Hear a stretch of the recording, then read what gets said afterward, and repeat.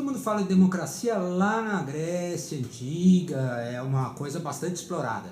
Depois vai falar de democracia depois da Segunda Guerra Mundial, que aí começa a falar, os países estão se democratizando, existem grandes democracias no mundo e etc. Você trata um pouco disso? Trato. Na verdade, a democracia foi inventada a primeira vez em Atenas, né? Por volta de 508, 509, a partir de uma reforma distrital que foi feita por um sujeito chamado Clístenes.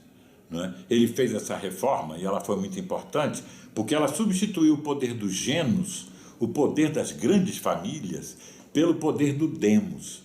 Então ele criou mais de 100 demos em Atenas. O que eram os demos? Eram distritos. Né? Depois é que a gente identificou demos com povo, porque em cada um desses distritos a população se reunia para decidir, etc. e tal. Bom, aquilo foi a primeira invenção da democracia, que durou de 508 até 322 a.C., depois ela desapareceu. Os modernos, no século XVII, foram reinventar a democracia, né? Inicialmente pela resistência do parlamento inglês ao poder despótico de Carlos I. E depois apareceram as três grandes variantes, vamos chamar assim, da democracia, que é a variante americana, a variante inglesa, que se firmou a partir do século XVIII, e a variante francesa, que já vem como uma consequência da Revolução Francesa.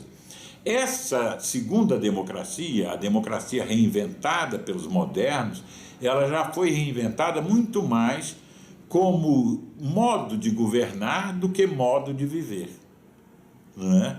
Então ela perdeu um pouco essas raízes societárias, comunitárias da primeira democracia, que não era um modelo de regime para você exportar para o mundo todo. Era só para aquela cidade onde ela foi inventada, no caso, a primeira vez em Atenas.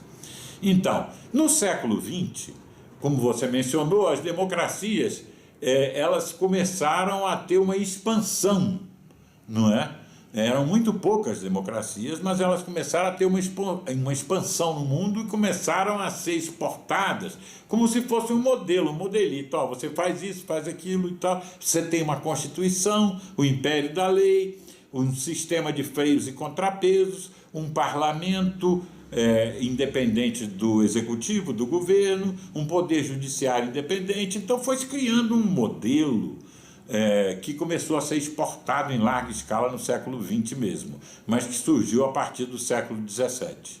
Bom, esse modelo obviamente entrou em crise, não é? Há uma desconsolidação democrática, a maioria dos países do mundo não vive em democracias, a maioria da população do planeta não vive, jamais viveu num regime democrático, e mesmo nos regimes mais democráticos de hoje, a população, sobretudo a população mais jovem, não vê muito valor na democracia. Para que isso, não é?